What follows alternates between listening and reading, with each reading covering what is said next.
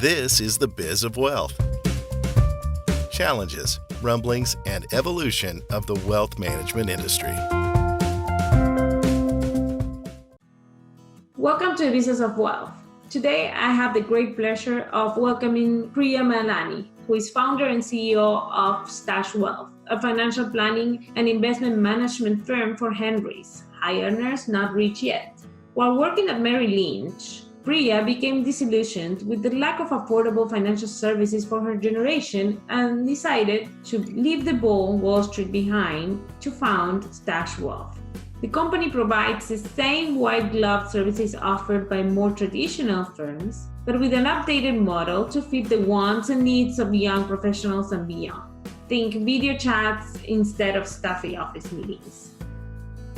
In addition to running Stash Wealth, she's a featured expert of numerous sites, including Brides, The Coverture, Bustle, QueerWow, CNBC, Wall Street Journal, and Forbes. She serves as the resident financial expert for Refinery 29, and she speaks regularly at business and universities around the country and has been invited to speak at Cornell, Harvard, New York University, Yelp, Twitter, Ernst & Young, IBM, and more. She appears regularly as the Millennial Money expert on SiriusXM Radio. Without much further ado, this is a very fun interview. I hope you enjoy it. Okay, Priya, welcome to the Business of Wealth. Thank you so much for being here. I'm so happy, first woman finally in the financial services industry talking here. So, the first question, I've seen you are very experienced with media interviews and exposure. What is one question you wished you were asked more often in your interviews? It's a good question. And it was actually really difficult for me to think about what question do I wish I was asked more often. And then you and I have been chatting a little bit, and I've been kind of getting a sense for what some other people say here. And I agree with one of your previous guests that, I think entrepreneurship, is it portrayed? Is that realistic in how that how entrepreneurship is portrayed? And I think that that's a really great topic to talk about, because I am adamantly against the way entrepreneurship is portrayed, specifically on Instagram. Yeah, I think it's a very interesting optics, and it has not at all been my experience to sit at a coffee shop with a beautiful latte that is Instagrammable and type away on my laptop and just build a business. It doesn't happen like that.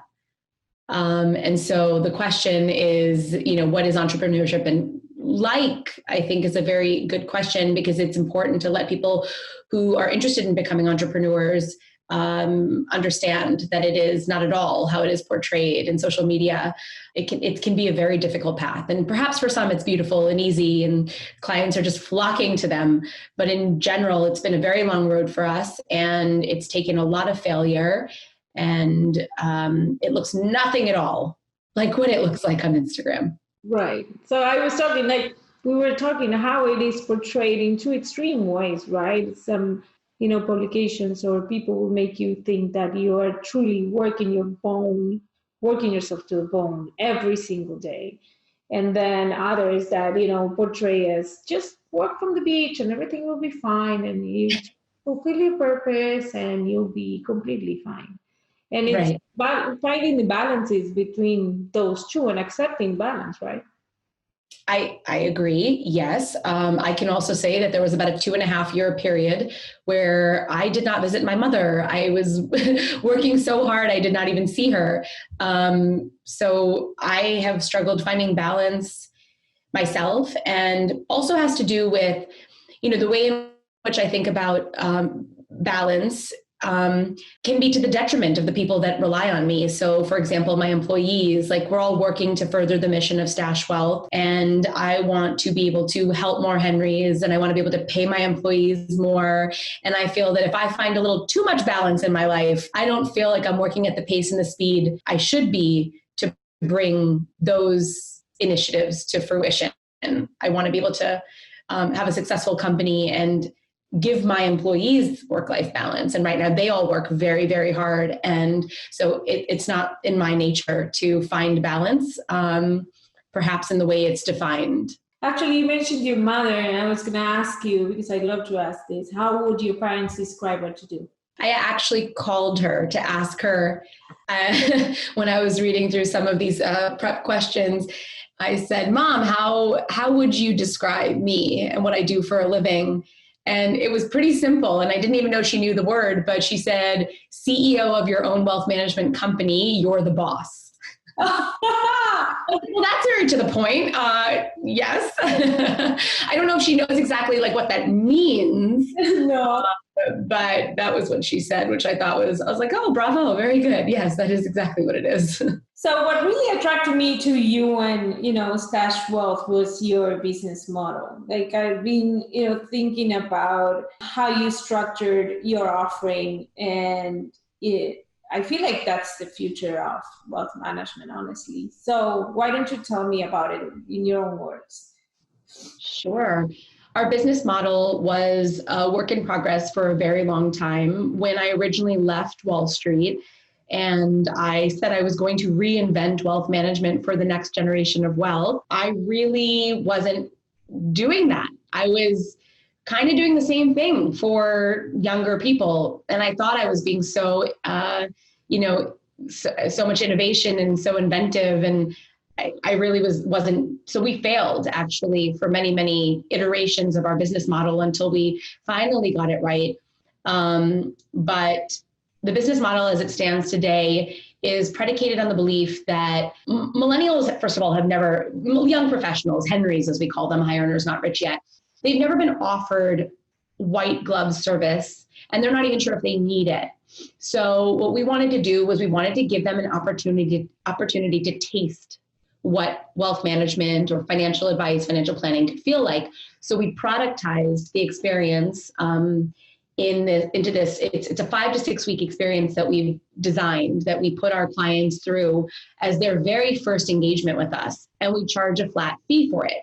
We say you're getting a financial game plan without marrying a financial advisor, right? You don't have to hand over all of your money to invest. You can taste it, taste the feeling of the support, get just a sense for what it might be like. And that has worked beautifully for us. People like that non-committal, young professionals tend to have more of that non-committal attitude. And so to feel like they can just kind of buy this flat fee, know what they're going to get charged, and get a ton of value in return has been incredibly appealing. And the model from there obviously does also have a assets under management component, but that is something that you opt into after completing your stash plan, as we call it. That's the business model as it stands today. So you've been, iterating. You mentioned the model itself. How did you arrive at it? How did you work on it? Actually, I've been seeing a lot of agencies, through communication agencies, productizing their offering, because we do the same, right? We end up with a new, personalized plan for each company. So a lot of what we do can be productized. How did you arrive to that? By trying other things and failing. We tried to package our services into this sort of annual subscription and tier it out based on income or net worth or complication of situation, like how complex, would is the support you need, and no one bought it. So it doesn't take a very long time for you to figure out, got to try something different. Good. That's the best. But we tried that for 2-3 years. And I mentioned based on net worth, based on income even, which I see is a very popular model, charge them based on their household income. That didn't work for us. And I think part of it goes back to the fact that millennials have never been offered this by anyone else. So what are they offered, right? They're offered they can try Netflix for a month, a couple months, and they know exactly what they're going to pay and exactly what they're going to get. That alludes to the subscription model, which isn't exactly what we did, but we borrowed inspiration from the idea of this low barrier to entry, very clear, concrete value in return in exchange for a flat fee. It's simple to explain. You get a game plan. You pay a flat fee for it. It doesn't matter how complex, how simple your situation is. You get a comprehensive game plan that answers all your questions. Simple. How do you actually, so after the game plan, you just offer them to implement it for them, I assume? Exactly. We leave them, the point of the stash plan is to leave them with the ability to implement it on their own. And we truly do leave them with the ability. We give them all the advice and guidance. We share with them additional resources. We literally give them everything they might need to go do it on their own. But as of last month, we had about an 87% conversion to our full-time where we implemented for them. That's the AUM component that you... That's the AUM component, exactly. So as much as we give them the ability to do it on their own, many of them just feel like, I'd rather just, I enjoyed working with you. I'd rather just continue working with you. And it's worked really well. I love it. And I saw a quote that you say you don't believe in budgeting. Why? We hate budgeting as a concept in general. Yeah. People always say they want a budget. Like, the reason I'm not good with my money is probably because I haven't implemented a budget. I think that's what's missing. I need a budget.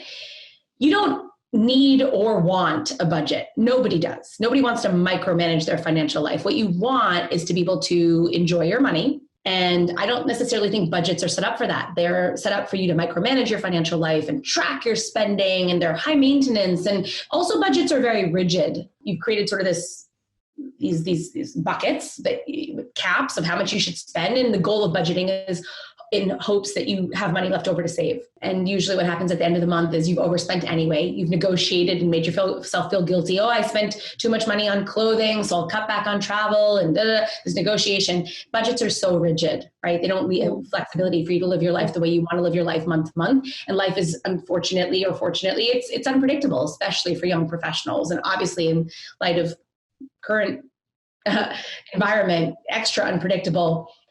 So budgets just don't work, in our opinion. So what works? What works? So we call it. That made me think of a close friend of mine. She's a nutritionist. I know it's far off, but hear me out. She doesn't believe in diets. Yeah.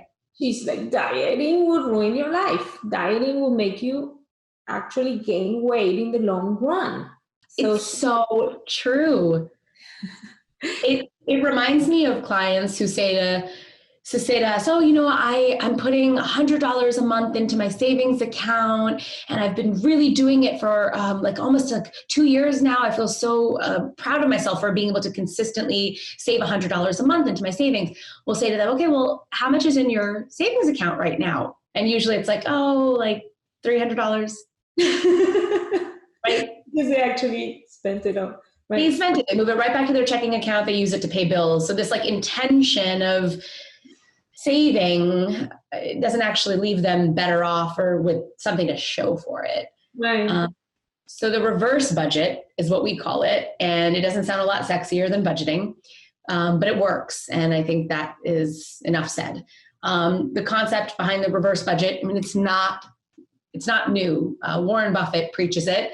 Rather than saving whatever you have left after you spend whatever you have left after you save. And so if we figure out and put purpose behind your savings, what are you saving for and how much do you need to save, and you automate it and keep it out of sight, out of mind. There's a couple bullets in there that I could flesh out a little bit, but there's a couple components to reverse budgeting. Whatever's left in your checking account is yours to blow guilt-free. You never have to ask yourself have I already capped how much I'm supposed to spend on dining out? Have I already capped how much I'm supposed to spend on online shopping? It doesn't matter. If the money's there, below it. Enjoy it. You never have to ask yourself, should I buy this? Can I really afford this? And that's why we love reverse budgeting instead. I love it. Actually, now that you mention it, that's what we've been doing in my family, and I didn't realize. Absolutely. Yeah, it's not rocket science. Well, we got this quote that says, pay yourself first, which is basically... Right. Yeah. Exactly. That's exactly what it is. Yeah. Pay yourself and pay all your savings goals, whatever you want to save for, pay that first. And then, enjoy the rest of it. And don't think twice when you spend it.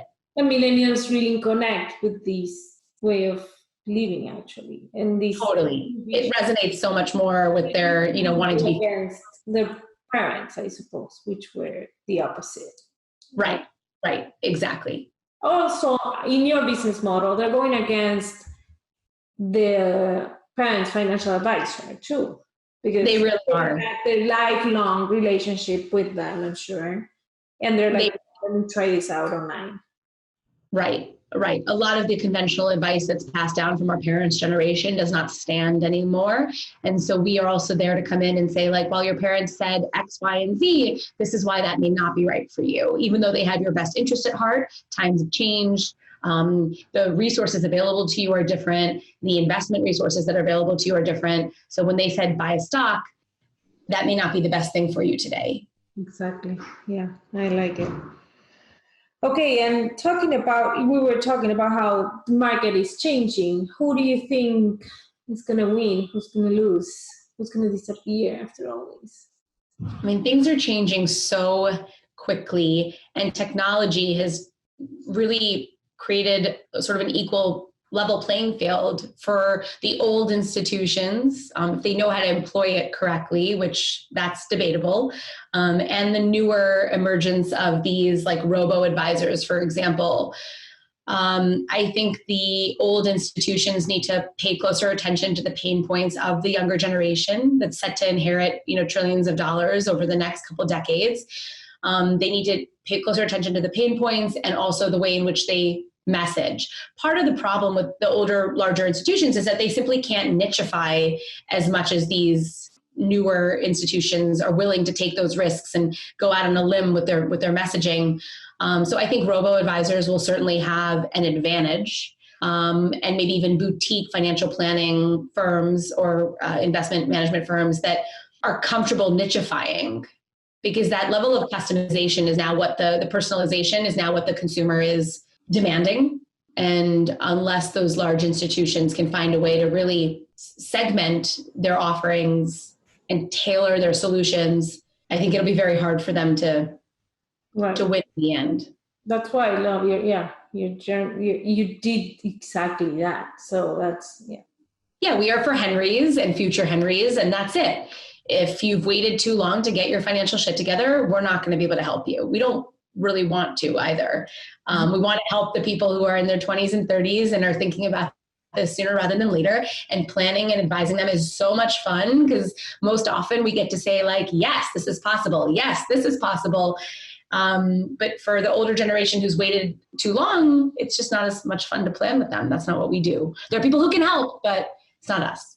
I was thinking about that. You were saying millennials, and you call 20s and 30s millennials? Technically, when you're born 1980 to 2000, so they're, I would say, yes, I mean, those are millennials, but technically we serve Henrys, high earners, not rich yet. Our average client is 32 years old. Oh, really? Wow. Okay. Yeah. So somewhere between that, like 27 to 39 is the sweet spot when you're making good money. You've made some smart financial decisions, but you want a professional to take you seriously, to listen to your financial goals, and to design a very customized roadmap for you. So how open are they to those conversations? I suppose generally they're starting their own families, and that's how it clicks, right? That's when they start thinking about it.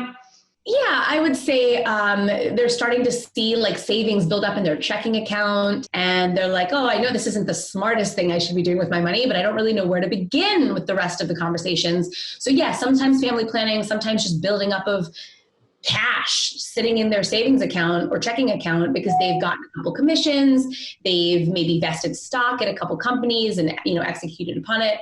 They're just sitting on a pile of cash and they don't know what to do with it. They work hard for their money. They want their money to work harder for them.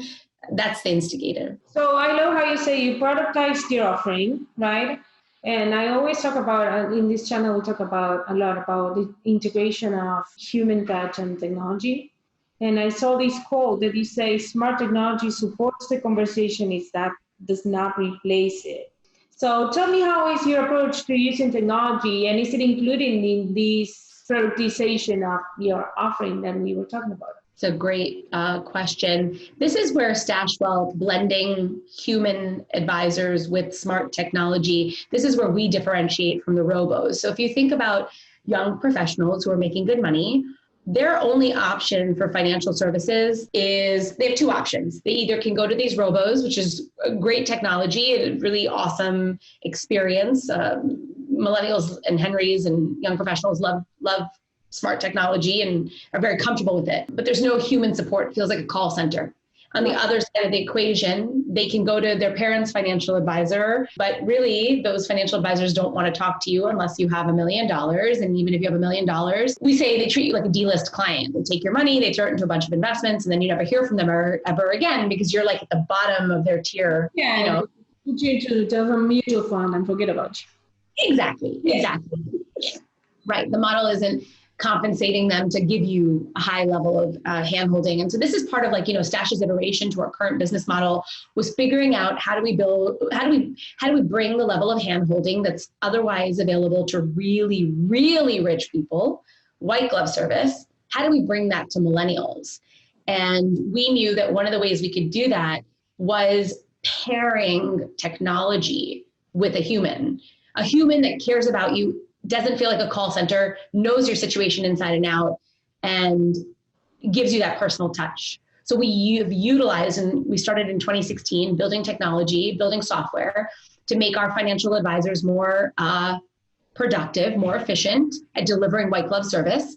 And we've also figured out the components that can be handled by the client and given them access to great tools, so that they can stay on track with their financial life and feel in the know with their financial life and really just need us for that higher level handholding, that true advice, financial advice and guidance. We're still in the process of building our software, but ultimately it will be the gold standard with wealth management, as far as wealth management software is concerned. Good. Yeah. Software is you never end, right? There's always something else to develop in that. Oh yeah.